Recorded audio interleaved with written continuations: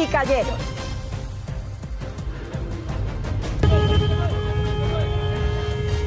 Hablamos de los 3 atracadores que asaltaron conductores de 2 vehículos en la avenida Boyacá en Bogotá. Fueron capturados cuando cometían otro robo en la misma zona. Un juez los mandó a la cárcel.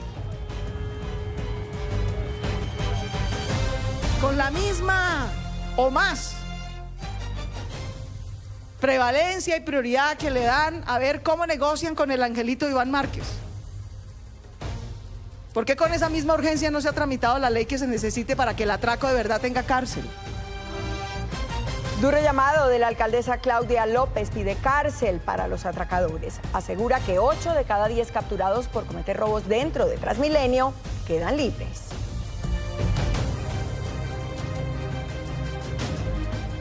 Medida de aseguramiento en cárcel contra Lady Joana Bustos, señalada de supuestamente hacer parte de la banda delincuencial Los Satanás, vinculada con asesinatos y torturas en Bogotá.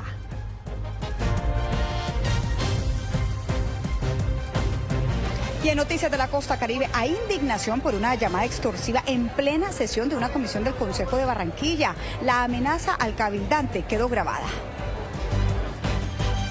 Y en Noticias de Antioquia, la madre de Maximiliano reveló indicios del paradero del niño. Así lo pudo confirmar Noticias RCN. El menor de 6 años completa ya 36 días desaparecido. Es crítica la situación por el desbordamiento de varios arroyos aquí en el municipio de Uribia. Calculan las autoridades que son al menos 30.000 los damnificados en el municipio más extenso de Colombia. La Alta Guajira se encuentra incomunicada. Y en Noticias del Pacífico, fue decretada la calamidad pública en el Valle del Cauca para poder atender a todos los damnificados que deja esta temporada de lluvias que han provocado inundaciones y deslizamientos en por lo menos 24 municipios. Dólar sigue a la baja, se cotiza por debajo de los 4.900 pesos a esta hora. Expectativa mañana cuando se reúne el Banco de la República. ¿Podrían o no intervenir el mercado? Además, analistas consideran que la Junta podría subir tasas de interés nuevamente. Era lo que vinimos. Mañana también será la primera junta de Ecopetrol en la que participan los 4 nuevos integrantes. Entre ellos está Saúl Catán. En minutos hablaré con él sobre la situación de la compañía y lo que considera debe ocurrir con nuevos contratos de exploración y explotación de petróleo. Ya nos vemos en Noticias RCN. La economía de los Estados Unidos creció a un ritmo anual del 2.6% en el último trimestre, un alivio para una economía que se contrajo 2 veces consecutivas en este año. En minutos, toda la información.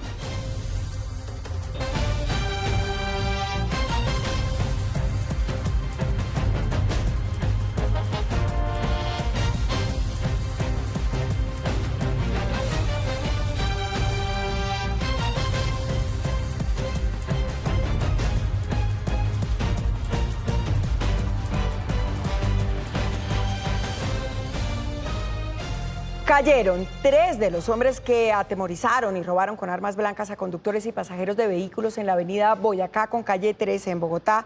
Fueron detenidos por la policía en el sector de Castilla y los agarraron en flagrancia, robándole un celular a un joven. Jason Vera, ¿ya están en la cárcel? Inés María, ¿qué tal? Buenas tardes. Así lo confirmó el general Carlos Triana, el comandante de la Policía Metropolitana. Hemos llegado hasta este lugar porque es la avenida Boyacá, muy cerca a la calle 13. Este semáforo es el que está teniendo problemas porque en horas de la mañana y en la noche genera bastante congestión vehicular. Los delincuentes están entre los vehículos y allí es donde rompen los vidrios y atracan los celulares. En unas horas recientes, la policía logró capturar a estas 3 personas cuando muy cerca aquí estaban atracando a un peatón, robándole un celular. Un reloj y unos tenis fueron claves para determinar que 3 hombres capturados por cometer un atraco callejero en el sector de Castilla eran los mismos que a través de redes sociales quedaron en video rompiendo vidrios y atracando conductores en la Boyacá con calle 13. Zonas dedicadas al atraco callejero, utilizando armas blancas, utilizando armas contundentes. precisamente para afectar a los conductores, aprovechando el tráfico en ese sector de la ciudad. Los capturados son 3 hombres de 19, 20 y 22 años. Se les incautó un celular y 2 cuchillos. La denuncia oportuna de un ciudadano luego de ser amenazado y despojado de su celular permitió su captura. Dejados a disposición de la autoridad competente, y hoy podemos decirle a la opinión pública que están con medida intramural en una cárcel precisamente para que paguen por estos delitos que generan incertidumbre. Asimismo, se logró la captura de 8 personas que hacían parte de 2 peligrosas organizaciones delincuenciales denominadas Osiris II y Fénix. Se les atribuye 9 homicidios violentos cometidos desde el 2021 en varios sectores del sur de la ciudad. Pues mire, a propósito de estas capturas, esta mañana la alcaldesa Claudia López hizo un duro y fuerte llamado a la justicia. Mencionó que no pueden quedar libres personas que atenten contra las familias, atraquen a los ciudadanos y estén cometiendo este tipo de delitos. Mencionó que hay una total impunidad y que por lo menos 8 de cada 10 personas que atracan en Transmilenio y agreden personas quedan en libertad. Pero el sistema judicial colombiano cree que robar es un deporte. En estos términos calificó la alcaldesa Claudia López la acción de los jueces ante los casos de atraco en Bogotá. A 8 de cada 10 personas que roban en Transmilenio, que acosan a mujeres, que les quitan el celular, que les quitan su bolso, la mal llamada justicia los deja libres.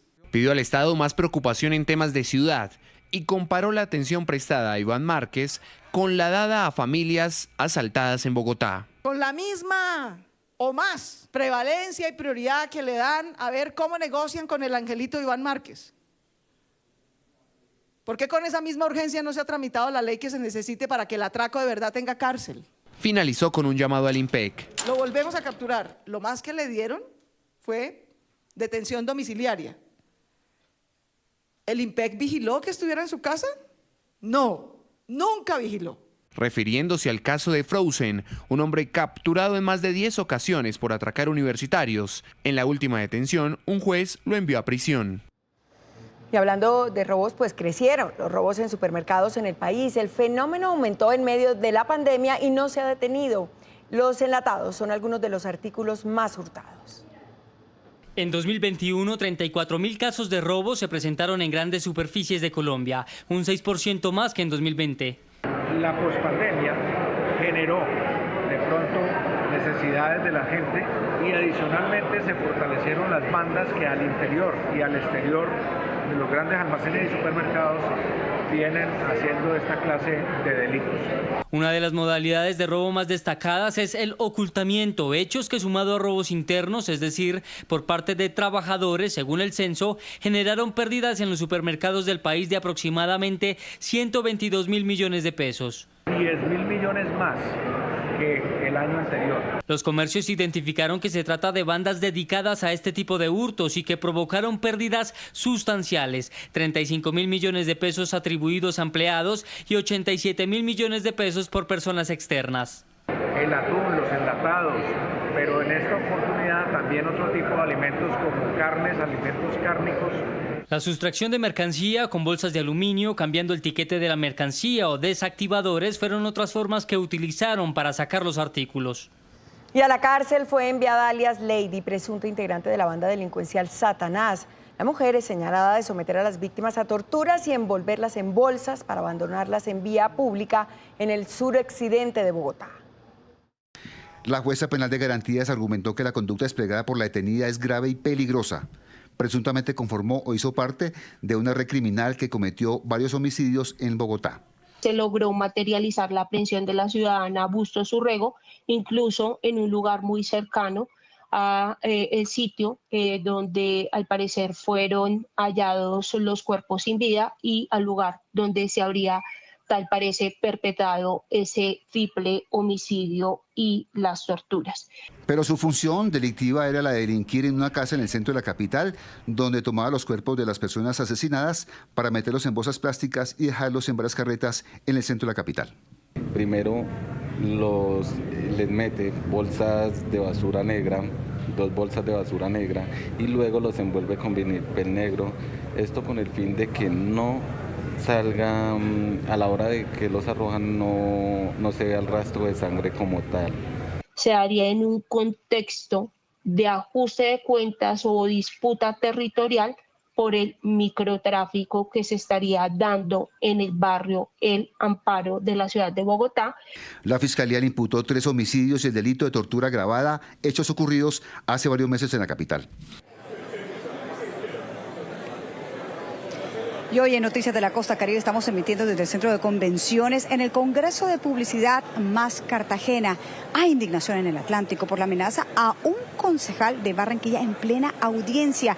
La llamada extorsiva quedó grabada en video y habría sido hecha desde una cárcel. La historia completa la tiene Jairo Cabrera. Adelante, Jairo, buenas tardes. Hola, buenas tardes. Hay indignación por esta situación que denunció el concejal José Trocha. En plena sesión del Consejo Distrital de Barranquilla recibió una llamada extorsiva. Un delincuente que se identificó como comandante del Clan del Golfo lo amenazó y también a su familia si no pagaba una fuerte suma de dinero.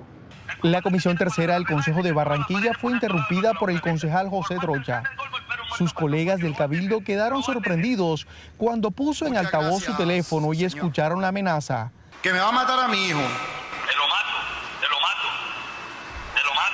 O paga o me muere en Uribe, acá en la zona, aquí precisamente, hombre, señor concejal. Se trataba de un delincuente que se identificó como comandante del Clan del Golfo.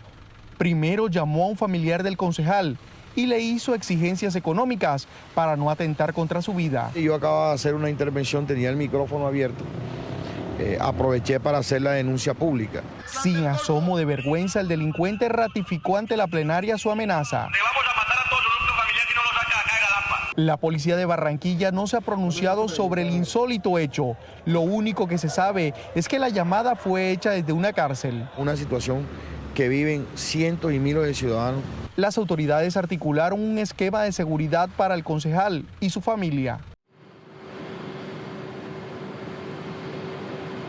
Y otro caso que indigna y conmueve también al país es la muerte violenta de un pequeño con apenas un año aquí en el Valle de Aburrá. Las autoridades ya entregaron información que confirma que este niño sufrió maltrato antes de morir. El padrastro, quien es el presunto responsable del fallecimiento, ya fue enviado a la cárcel. El resultado del Instituto Nacional de Medicina Legal se logra establecer que el menor fallece por una asfixia por sofocación y, de acuerdo a las informaciones recolectadas, posiblemente realizadas por su padrastro. Y es realmente grave lo que pasa con la ola invernal en Colombia. Una mayoría de departamentos sufre afectaciones y lo peor es que las lluvias no dan tregua, siguen y siguen. Nosotros estamos con nuestra gente en todo el país y comenzamos precisamente en Uribia, en La Guajira, donde la situación es grave por culpa de las fuertes precipitaciones. En el municipio calculan las autoridades que pueden ser 30.000 las familias damnificadas. La carretera se la llevó un arroyo entre Manaure y Uribia. La parte alta del departamento se encuentra incomunicada. Bernardo Sanabria está en la zona de la emergencia. Bernardo. Hola, ¿qué tal? Inés María, qué placer saludarla a usted, a los televidentes. Muy buenas tardes. Estamos originando esta información desde el barrio San José, uno de los 8 barrios que se encuentran inundados aquí en Uribia. Ha bajado el agua porque gracias a Dios salió el sol y pueden observar ustedes cómo se encuentra gran parte de estos sectores. Agua por todos lados. La Alta Guajira colombiana se encuentra incomunicada a pesar de los esfuerzos de las autoridades. El alcalde municipal Bonifacio Enríquez, entre otras, en la unidad del riesgo, son insuficientes las ayudas. Se calcula que son 30.000 los damnificados, pero atención, la cifra puede ser mucho mayor porque hay zonas donde ni siquiera han podido realizar los censos. Son 8 los barrios que tienen a Uribia inundados. Sus calles son lagunas estancadas que alcanzan el metro de altura. En las casas, hombres y mujeres trabajan para sacar el agua. Ya. Todo se inundó, señoras y señores. Barrios como San José, 3 de Abril y Fonseca Ciosi son los más afectados. Ahí estamos adentro, así como estamos por ahorita. Ahí estamos en el charco, estamos luchando ahí para ver. Ahí, a ver lo que se hace.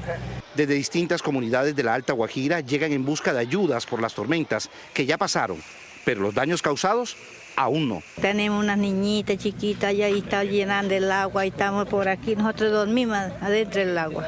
Algunos puentes militares habilitan el paso entre barrios debido a que los arroyos están en su máximo nivel.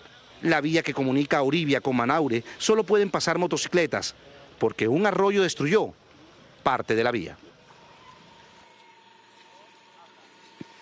Televidente, lo que observamos aquí son los integrantes de la familia de Piayú. Aquí todos colaboran. La casa le terminó inundada y ahora en este momento están limpiando todo lo que es la casa. Parte del entramado que tenían en este lado terminó cediendo por las aguas. Muchos, como la familia de Piayú, tuvieron que dormir en 2 albergues que están habilitados aquí en el municipio de Uribia para poder pasar la noche. Muchos niños, mucha necesidad y muchos de ellos que lo perdieron todo. La nueva cama de Zoila Montiel y sus 6 hijos es el arco norte del Polideportivo de Uribia en La Guajira colombiana. El agua, escasa en la mayoría del año en su ranchería, hoy inunda cada centímetro de su casa. Allá en el barrio donde yo vivo se hundió las casas, se llenó de agua, perdimos los corotos. En el arco rival, una amiga de tragedia termina una de las mochilas que venderá en la mañana. Los niños descansan en tierra seca, mientras otros juegan alejándose de la realidad que afrontan. En las tribunas, los padres piensan en soluciones. Uribia es un municipio que siempre sufre de estas inundaciones porque necesitamos canalizar los arroyos. Las ollas comunitarias están en la parte de atrás del polideportivo. El menú de hoy, pastas con salchichón. Solo en el albergue hay esta noche 470 personas, la mayoría niños. Pero la cifra de damnificados supera las 30.000 familias en Uribia. Los niños más grandes, como observan ustedes, que llegan al colegio, cargan a los más pequeños para poder pasar esta inundación en esta zona del barrio San José, que son 8 barrios los afectados. Afortunadamente y gracias a Dios ha bajado el agua porque ha salido el sol. Y ustedes saben, aquí especialmente nuestros amigos guajiros, nuestros televidentes guajiros, que cuando sale el sol aquí sale con todo. Pero el tema es que las lluvias continuarán. Estaremos muy atentos. Noticias RCN al lado de la comunidad, al lado de los guajiros, aquí en la Alta Guajira. Ingrid, usted con más información. Yo me despido con la cámara de Carlos Sierra, Bernardo Sanabria, Noticias RCN. Bernardo, Carlitos, muchísimas gracias. Pues les cuento que aquí también el Pacífico está en emergencia por cuenta de las torrenciales lluvias de las últimas semanas. Incluso la gobernadora del Valle del Cauca decretó la calamidad pública para poder atender a la gran cantidad de afectados que deja esta temporada y que por supuesto tienen emergencia y alerta por lo menos 29 municipios del Valle del Cauca. Marcela Tunjo, buenas tardes. Bueno, cuéntenos cuáles son los puntos más críticos en el Valle. Hola, muy buenas tardes. Los municipios más críticos por inundaciones y viviendas arrasadas por la creciente súbita de los ríos son Buenaventura y Dagua, los cuales a esta hora reportan la caída de una calzada a la altura del kilómetro 59 en la vía que conduce al Lobo Guerrero. Pero estos no son los únicos municipios en el departamento que reportan graves afectaciones. 29 de ellos por remociones en masa también se están viendo afectados, entre ellos Buga, Bolívar, Dagua, El Águila y Cartago. Debido a esta situación que enfrenta el departamento, la gobernadora del Valle, Clara Luz Roldán, hizo un llamado al gobierno nacional, pide ayuda y también maquinaria amarilla. Desde la Gobernación del Valle, al día de hoy hemos invertido más de 60.000 millones de pesos en la calamidad pública, alquiler de maquinaria por más de 18.000 millones de pesos, obras de alto riesgo, muros que se cayeron, puentes que se cayeron. Hemos invertido más de 25.000 millones de pesos, pero ya la verdad es que en este momento no tenemos cómo seguir asumiendo una situación tan grave como la que vive el departamento del Valle del Cauca. Y este fin de semana se espera que las lluvias se intensifiquen en la región Caribe por el paso de una onda tropical. También seguirán en el resto del país, en donde las alertas se mantienen. Panorama Nacional en Noticias RCN. Las lluvias azotan con fuerza al departamento de Antioquia. El río Nechí se desbordó y tiene afectadas a más de 1.350 familias que habitan en zonas rurales y urbanas. La gobernación de Antioquia emitió una alerta especial y máxima para quienes habitan en las riberas del Magdalena, del Cauca y del río Atrato. En Antioquia, Este año, 60 personas han fallecido en eventos asociados a las lluvias. Un solo carril de la vía entre Barranquilla y Cartagena se encuentra habilitado en el kilómetro 88 a la altura del corregimiento de El Morro, en jurisdicción de Tubará Atlántico. Las lluvias de los últimos días originaron que esta vía nacional, conocida como la Vía al Mar, colapsara. Se agrava la situación por la fuerte ola invernal en el departamento de Santander, que deja hasta la fecha más de 10.000 familias damnificadas. En el corregimiento de Puerto Arauco, municipio de Cimitarra, el desbordamiento del río Carare dejó damnificadas a unas 300 personas. Asimismo, se suspendieron las clases de una institución educativa por inundaciones, que dejó sin actividad a unos 500 estudiantes. 9.500 habitantes del municipio de Mercaderes, en el sur del Cauca, se quedaron sin agua potable. Una creciente súbita destruyó parte de la boca toma y arrasó con 30 metros del tubo madre de conducción. En el resguardo de Río Blanco, en el municipio de Sótara, 3.500 indígenas quedaron aislados. Avalanchas destruyeron 3 puentes. En el departamento del Huila las lluvias no cesan. Según las autoridades, 75 familias han resultado damnificadas en la ciudad de Neiva, mientras que en el municipio de Aipe, norte del departamento, una menor de 14 años se encuentra desaparecida. Cambiamos de tema porque por tercer día consecutivo baja el dólar en Colombia, en promedio 67 pesos. Doña Lidis, ¿en cuánto cotiza la divisa en este momento? Buenas tardes. Hola Jessica, muy buenas tardes. Pues mire, el promedio de negociación ha estado entre 4.822 y 4.827 pesos en la jornada de hoy, bastante distante de lo que fue ese récord histórico que marcó esta semana de 4.999 pesos. Ahora, ¿a qué obedece este cambio o esta presión a la baja en el precio de la divisa? Pues bien, son varios factores, entre ellos los factores externos, el crecimiento económico de Estados Unidos que se registró, que se va a conocer en el día de hoy, pero también las expectativas que tiene el mercado con respecto a la Junta del Banco de la República, que mañana estaría tomando decisiones como por ejemplo la intervención en el mercado cambiario, pero además de eso, el incremento de las tasas de interés. Adicional, también el ministro de Hacienda sigue dando mensajes de tranquilidad con respecto a que está garantizando la estabilidad económica para el país. Adicional, también hemos visto que en esta semana se nombró nueva junta en Ecopetrol, y uno de los directivos ha estado también dando mensajes de tranquilidad con respecto a lo que puede suceder en el mercado energético y de hidrocarburos en el país. Hay expectativa por la reunión de la Junta Directiva del Banco de la República, que se llevará a cabo este viernes, lo que ha ayudado a que el precio del dólar esté por debajo de los 4.900 pesos. Hay un mensaje que vamos a garantizar la estabilidad macroeconómica de Colombia. Los analistas esperan que el emisor suba su tasa de interés hasta en 2%, es decir, algunos apuestan a que la tasa quede entre 11 y 12%, pero además de eso esperan que haya intervención cambiaria. El ministro de Hacienda dio señales en ese sentido. Los mercados de futuros, de qué tan líquidos o no están esos mercados de futuro. Eso estaremos discutiendo el viernes. En donde lo que hace el Banrep es que hace que el que compre ese NDF está comprando básicamente un seguro para que al momento, digamos que fuera un mes la operación, ellos entran y miran cuánto le va a costar a esta contraparte comprar esos dólares en un mes. Si el Banco de la República ofrece dólares, eso pues ayuda a que precisamente el dólar se estabilice, que pierda un poco de volatilidad, lo cual también sería muy positivo, repito, pues para la inflación y para el crecimiento de la economía. Las medidas que se tomen este viernes en la Junta del Banco de la República se reflejarán en las decisiones de los inversionistas. Y bueno, claro que impacta a la economía de Estados Unidos. Miren, se recuperó levemente por encima de lo que preveían los analistas. El Producto Interno Bruto creció un 2.6% después de contraerse los 2 trimestres anteriores. María Molina en Washington, buenas tardes. Hola, ¿qué tal? Muy buenas tardes. El Producto Interno Bruto de los Estados Unidos creció a una tasa anual del 2.6%. Esto pone fin a 2 trimestres consecutivos de contracción en la economía de este país. Algunos de los factores que contribuyeron a esta cifra económica fueron más exportaciones, un mercado laboral saludable, además de un gasto constante por parte del consumidor en los Estados Unidos. Es sin lugar a dudas un respiro para la administración Biden de cara a las elecciones de mitad de término, cuando se elegirá toda la Cámara de Representantes y un tercio del Senado, pero pues no alivia del todo el temor a una recesión, a pesar de que sí lo equilibra.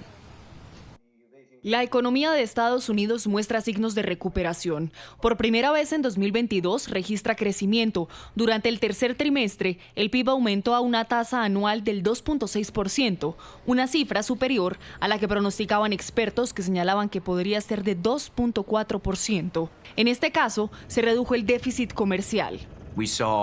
Vimos que las exportaciones y más recientemente las exportaciones de petróleo y gas ayudaron a elevar la cifra del PIB.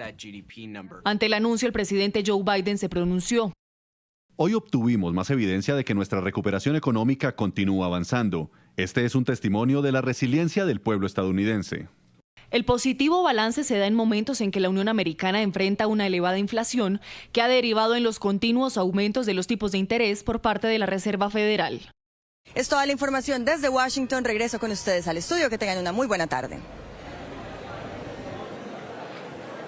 María, gracias. Y mientras la economía en Estados Unidos crece, en Europa el Banco Central volvió a anunciar que va a subir las tasas de interés para contener un poco la inflación. Hoy hizo un anuncio de un incremento adicional de 0.75%. La información la tiene nuestro corresponsal permanente en Europa, Andrés Gil. Adelante, Andrés. Hola Jessy, muy buenas tardes, televidentes de Noticias RCN. Cordial saludo para todos. Son al menos 3 los elementos que nos permiten entender el impacto de esta noticia, del drástico incremento de las tasas de interés en la economía europea. El primero de ellos, la inflación en Europa está desbordada, 9,9% en promedio en todos los países, pero hay algunos países europeos que se acercan incluso ya al 20% de inflación. El segundo de los datos, la autoridad monetaria tiene el mandato aquí en Europa de mantener la inflación alrededor del 2%, es decir que en este momento estamos 5 veces por encima de lo que debería ser. Y el tercer elemento, no es normal, es absolutamente histórico que el Banco Central Europeo haga un incremento de tasas de interés y más aún que lo haga en esta proporción. 0,75% acaba de ser incrementado, pero ya había incrementado 0,75% también en septiembre y 0,50% en el mes de julio. Así que en este momento los intereses en Europa están en el 2%. Eso significa el punto más alto de los últimos 20 años. ¿Eso qué impacto va a tener? Que tanto las empresas como los ciudadanos tendrán menor capacidad de adquirir productos, de consumir y por lo tanto prevé el Banco Central que podría bajar un poco la inflación, aunque también teme el Banco Central que esto pueda significar un frenazo,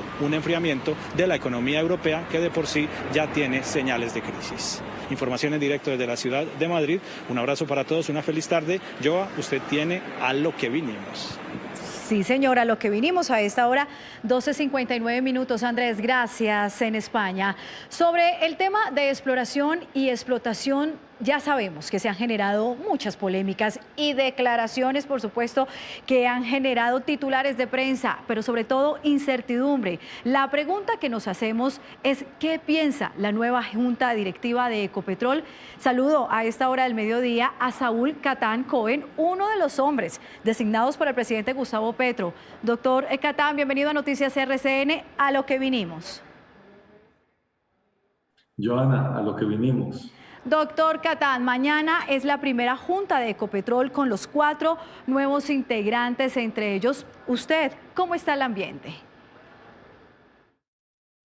Bueno, yo creo que hay muy buen ambiente. Yo creo que el ambiente en Ecopetrol es muy bueno. Los resultados han sido muy buenos con el precio del petróleo y con los manejos que se le han dado hasta ahora a esos recursos. Pues yo creo que van a ser muy importantes. El viernes vamos a revisar los resultados del tercer trimestre del 2022.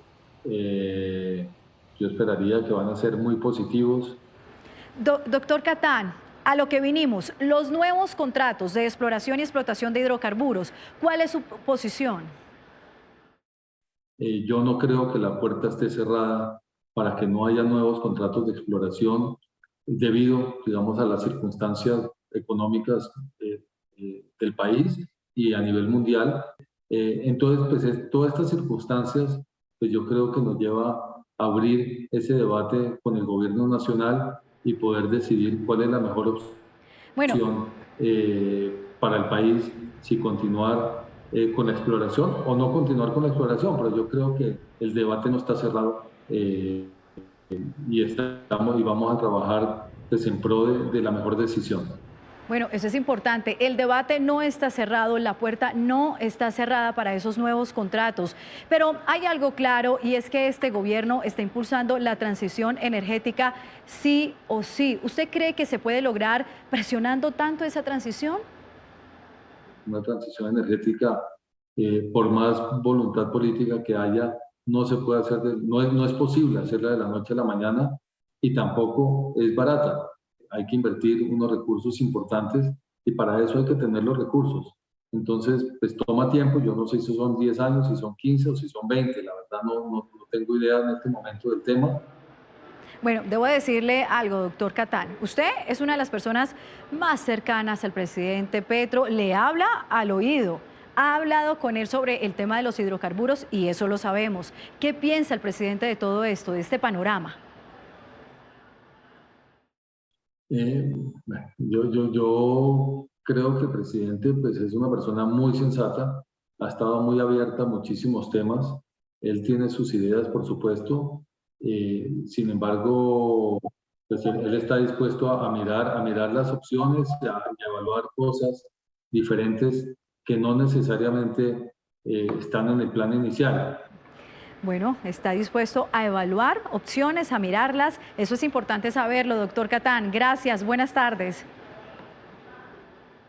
Muchas gracias a ustedes. Un saludo grande. Continuamos porque en el Congreso el gobierno enfrentaría el primer intento de moción de censura contra uno de sus ministros. Y precisamente estamos hablando de la ministra de Minas, Irene Vélez. Angie Alquichides, ¿quién lo propone y qué ambiente hay entre senadores y representantes?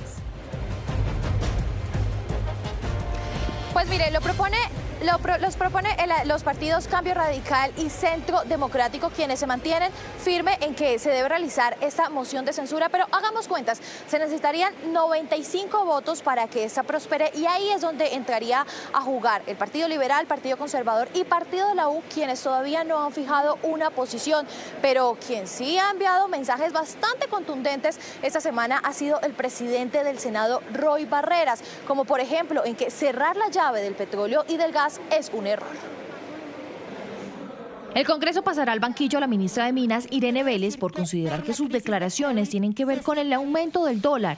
Otra de las razones son sus anuncios sobre el decrecimiento, el cese de explotación de yacimientos de petróleo y gas. Hay una responsabilidad política hoy en la ministra del pánico económico que existe hoy en el país. Por culpa de la ministra Irene Vélez, este gobierno no va a firmar más contratos de exploración. La oposición que pide su salida busca aliados para que esta iniciativa prospere en el legislativo, pero liberales y conservadores que suman mayorías aún no toman una posición. La coalición de gobierno en el Congreso de la República, que funciona como una unidad, va a respaldar a la ministra y la ministra saldrá adelante de esta moción de censura. Y es que el mismo presidente del Senado, quien esta semana ha tenido fuertes declaraciones que involucran a la funcionaria. Ningún ministro y ningún consejero debería hoy generar incertidumbre con sus declaraciones. Asegura que se trata de un error político. Presentan tan precozmente mociones de censura, lo que hacen es atornillar los ministros.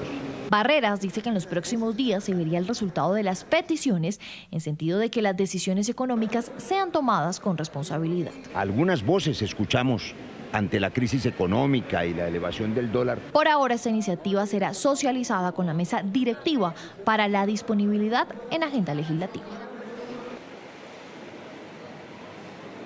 Ahora hablemos de los que entran y llegan al legislativo, pues después de 5 meses de haber sido capturado, decretan silla vacía para el ex senador Mario Castaño, pues pierde una curul. Él estaba implicado en el escándalo de la corrupción conocido como las marionetas. Ahora el que llega, Julio Alberto Vidal Elías, pues él es el hermano del ñoño Elías que se posesionó aquí en el Congreso en reemplazo de la curul del ex senador Werner Zambrano, que se va a lanzar a la gobernación de Nariño. Inés María, usted tiene más noticias.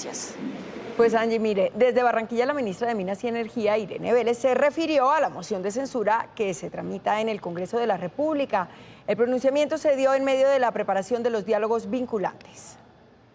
Estamos respetando la democracia, entendemos que hay unas inquietudes y vamos a estar listas para ir al Congreso a responder lo que corresponda. Estamos esperando a que haya un curso regular de esa moción de censura y en su momento, cuando ya nos citen, estaremos listos para responder a lo que corresponda.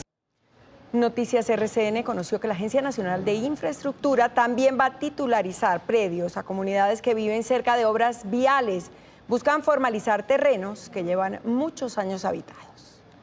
Al igual que el Ministerio de Agricultura, la Agencia Nacional de Infraestructura también tiene dentro de sus planes entregar títulos y formalizar terrenos a familias y comunidades que se encuentren en cercanías a obras viales. Cuando llega la carretera, cuando llega el corredor férreo, o en algunos casos cuando llegan los proyectos portuarios, se deben regularizar y se deben titularizar de manera adecuada. A los que no se puedan formalizar, la entidad buscará reubicarlos si se encuentran en zonas de riesgo. Tenemos los inventarios y tenemos los registros fotográficos de hace cuánto están esas familias asentadas y hay una evidencia de que esa permanencia de alguna manera marca una, llamémoslo así, confianza legítima del Estado frente a ellos, y se trata de no tanto compensarlos, pero no afectar su condición de vida y generar un tema de formalización de esa propiedad que han detentado históricamente. En la actualidad, la ANI y el INVIAS tienen un activo de más de 36.000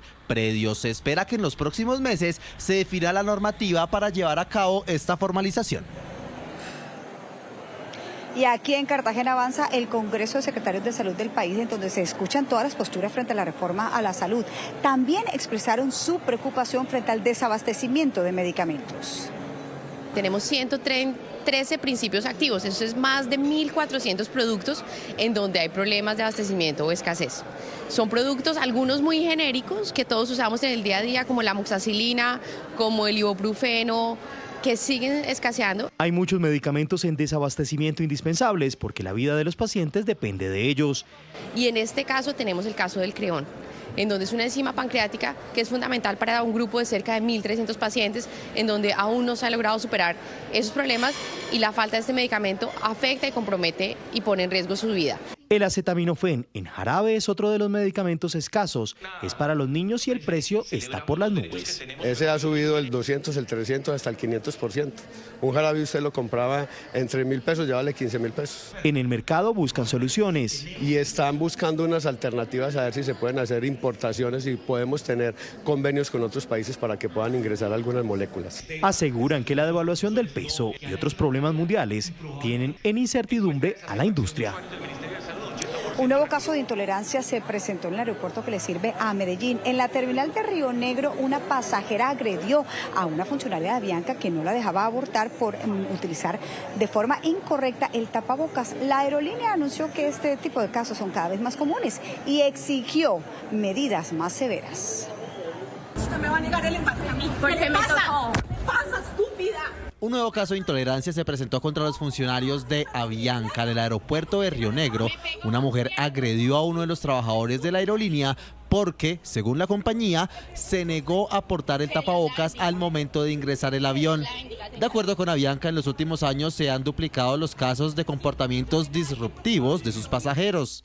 En los últimos 2 años, los comportamientos de pasajeros disruptivos se han duplicado, afectando en muchas ocasiones la integridad de nuestros pasajeros y nuestros clientes. De hecho, la aerolínea le pidió a la Aeronáutica Civil que tome medidas más severas para que a los pasajeros que presenten este tipo de comportamientos no se les permita volver a volar. Es fundamental y urgente que la Aerocivil, quien siempre ha sido un aliado de este sector, fortalezca aún más la regulación y permita implementar listas de exclusión aérea.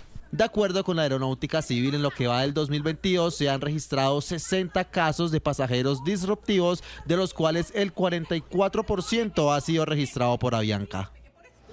Y hablamos a esta hora del proyecto de paz total aprobado en plenaria de la Cámara de Representantes. La iniciativa abre la puerta para que desertores del acuerdo de paz como Iván Márquez puedan hacer parte de nuevas negociaciones.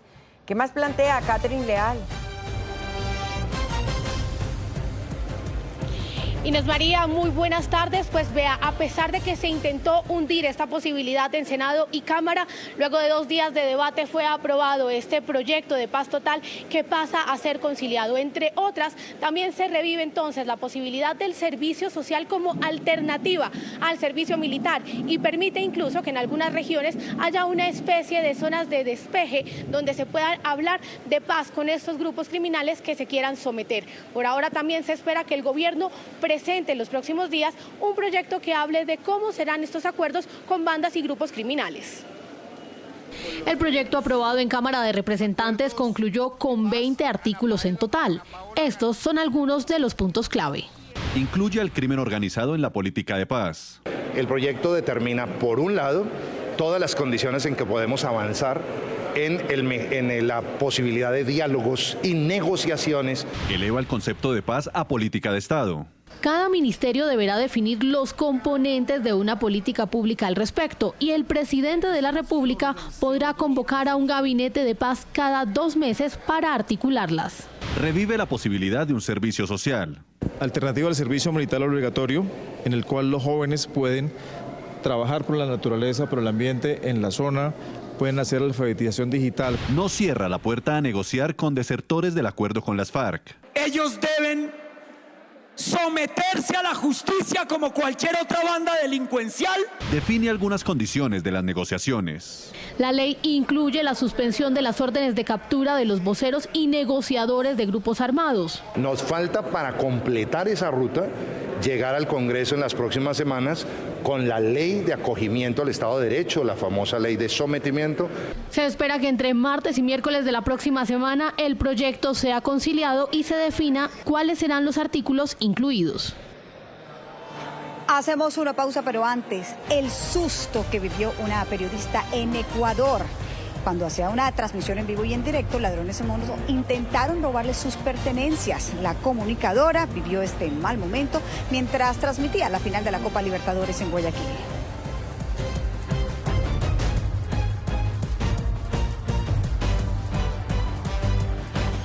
Y este es el video del pánico en un avión que atravesó una tormenta mientras volaba desde Santiago de Chile hasta Asunción.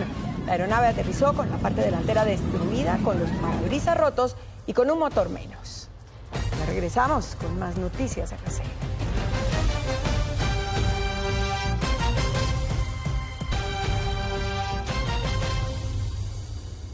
Gracias por continuar con nosotros y mucha atención que la Procuraduría General de la Nación abrió investigación a la Alcaldía de Cali de manera previa para poder determinar si hubo alguna irregularidad en varios contratos aparentemente millonarios por cerca de 150 millones de pesos para contratar a por lo menos 7 influenciadores para que a través de reels e historias hablaran bien de los trabajos y lo que adelanta la administración de la ciudad de Cali. A través de un trino, la alcaldía dijo que esos contratos a esos influenciadores cuentan con todo el marco legal y toda la normativa que exige este tipo de ejecuciones.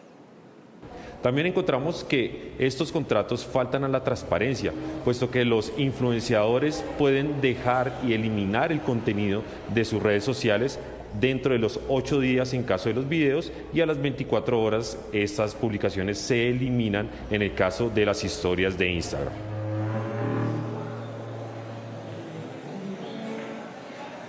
Y 6 soldados víctimas de campos minados y de ataques con arma de fuego vivieron una experiencia mágica en el mar.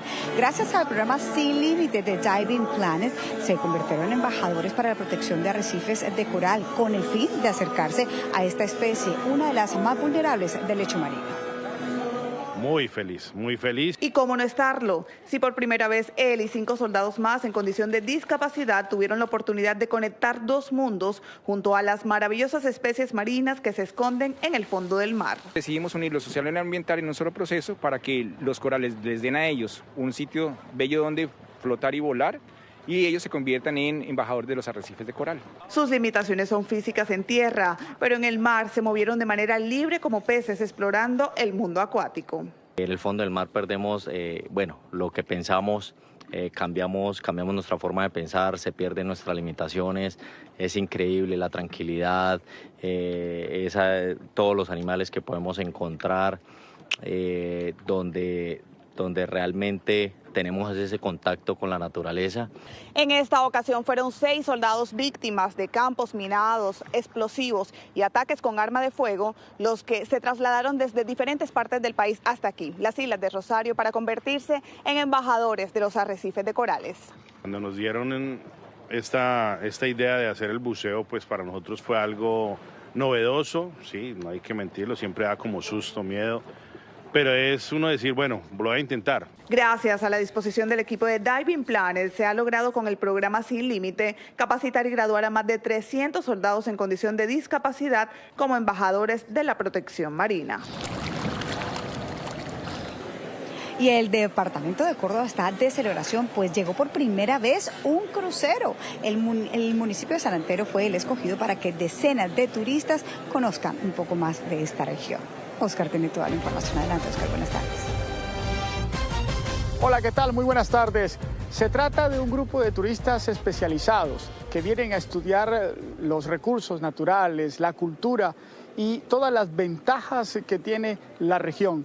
Ese grupo especial arribó al municipio de San Antero en horas de la mañana y a esta hora realiza un recorrido por principales puntos donde se puede apreciar toda esta cultura y recursos del departamento de Córdoba. Se trata del primero de varios grupos que ya tienen planeado llegar a esta zona del país. Llegaron aquí a San Antero, Córdoba, a observar nuestros manglares, la bahía de Zispatá, el río, nuestras playas, y eso nos permite comenzar a figurar en el radar del turismo especializado. El segundo crucero llegará en los primeros días del mes de noviembre, según lo que nos han confirmado las autoridades del departamento de Córdoba. Es por ahora toda la información desde San Antero, zona costera de Córdoba, con Oscar Sánchez Oviedo, Noticias RCN. Oscar, gracias. La Sociedad Interamericana de Prensa, SIP, celebra en Madrid su Asamblea General número 78. Hasta el próximo 30 de octubre se realizarán varios paneles en los que se hablará sobre libertad de prensa. En especial, se tocará el tema de la situación en Cuba, Venezuela y Nicaragua. La Sociedad Interamericana de Prensa, reunida en su Asamblea General en Madrid, denuncia en Nicaragua, Cuba y Venezuela los mayores ataques a la libertad de expresión y prensa en el hemisferio. Básicamente no hay libertad de expresión, no hay medios independientes. La Sociedad Interamericana de Prensa también está preocupada por los asesinatos y señalamientos contra periodistas en México. Este año han habido por lo menos 30 asesinatos, de los cuales la mitad de ellos son en la República Mexicana, una total impunidad. Empresarios, directores y periodistas de medios de las Américas coinciden en la defensa de la prensa como pilar de la democracia. Nosotros no estamos hablando del salto digital, de la transformación de nuevas audiencias, sino que todavía nosotros estamos dando unas peleas como el siglo XIX, libertad de prensa, acoso por parte de los políticos, corrupción por parte de los funcionarios públicos. La reunión general de la SIP sesionará en Madrid hasta el domingo.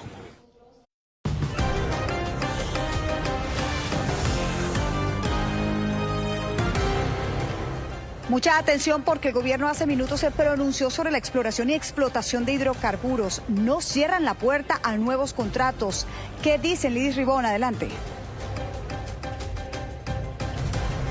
Hola Jessica, pues mire, las declaraciones las dio el director de Crédito Público José Roberto Acosta, quien señaló que existen las posibilidades de continuar con nuevos contratos de exploración y explotación de hidrocarburos, pero que esto depende de las necesidades fiscales que tenga el país. En pocas palabras, están evaluando o siguen evaluando la medida y que dependerá de los números y las necesidades que tenga Colombia en materia fiscal.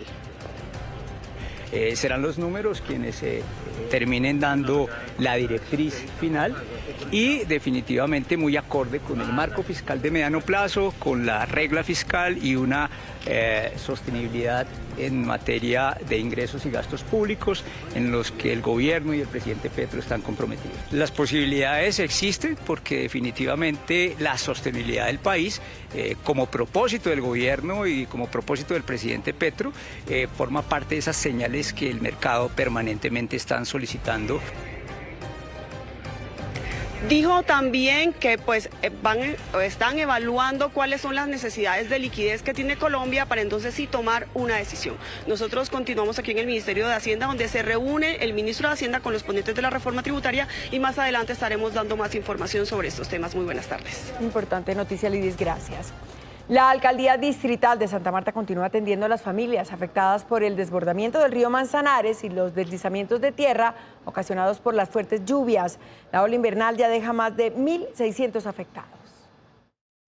En horas de la mañana, la alcaldesa Birna Johnson se trasladó a Bogotá para gestionar un apoyo inmediato ante la Unidad Nacional para la Gestión del Riesgo de Desastres frente a la emergencia que viven los habitantes de Santa Marta. Solicitando muy puntualmente 1.640 kits de aseo, de cocina, de ayudas alimentarias y más horas máquina. En esta región ya iniciaron los trabajos de censo para identificar las necesidades de las familias afectadas. También labores de limpieza para la remoción de lodo y material inservible. El martes en la noche estuvimos atendiendo la emergencia para 1.640 familias que resultaron afectadas. La alcaldía ha dispuesto motobombas para extraer el agua al interior de las viviendas y ha suministrado carrotanques con agua potable. Estuvimos en algunos de los sitios más críticos y esa misma noche avanzamos en auxilio de arriendo para las personas que tuvieron una afectación muy fuerte. Cerca de 700 familias están siendo atendidas de manera inmediata en los 19 barrios que presentaron inundaciones.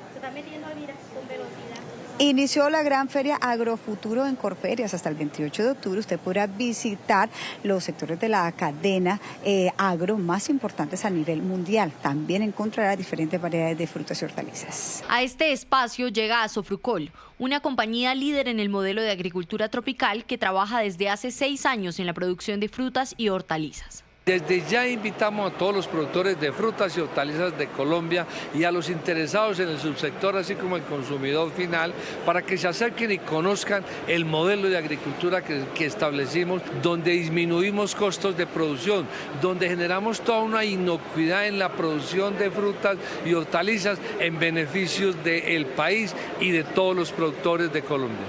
Asofrucol llega con una producción libre de químicos en el segundo nivel del pabellón 3 de Corferias. En este stand pueden recibir una asesoría de qué sembrar, dónde sembrar, cómo cultivarlo, cómo cuidar el medio ambiente, cómo biofertilizar, cómo controlar plagas y enfermedades, disminuyendo ostensiblemente los costos de producción e incrementando la productividad y por consiguiente la rentabilidad. Doctor Julio Durán. Hola, muy buenas tardes para todos. A pesar de los avances y sobre todo por los avances en medicina, se siguen presentando algunas enfermedades como las quemaduras desastrosas en nuestro país. La causa más común son los fuegos y la cocina es el lugar en el que mayor cantidad de accidentes se presentan y en los niños. También por terminales eléctricas mal instaladas. No debiera ser bajo ninguna circunstancia. El único calor que debe reinar en la casa es el calor de hogar. Estas quemaduras son graves y naturalmente no solo producen un gran dolor, son escandalosas, se sobreinfectan, son pacientes que van a cuidados intensivos y que después requieren injertos y cirugías muy tediosas, onerosas en todo sentido. Por eso quiero hacer un llamado. Solo quienes trabajan como la doctora Linda Guerrero en la Fundación del Quemado, junto con sus asesores, pueden ver lo dramático y prolongado que puede resultar. ¿Qué hacer ante una quemadura? En primer lugar, por supuesto, tratar de controlar el agente que está combustionando. Nunca usar agua fría, sino agua al clima, agua de temperatura de la llave por un tiempo de unos 15 minutos y cubrir con una sábana limpia. Por favor, evitar colocar aceites, grasas, mantequillas. Eso no va a mejorar y por el contrario es un agente infeccioso. Y llamar al 911 o conducir al paciente lo más pronto a un centro médico. Más información siempre, Instagram, @Dr. Julio Durán. El calor que debe reinar en las casas es el calor de hogar y no el de la mala manipulación de los artificios. Una feliz tarde para todos. Feliz tarde, doctor Durán. Es momento de hacer una pausa, pero ya regresamos con más noticias RCN.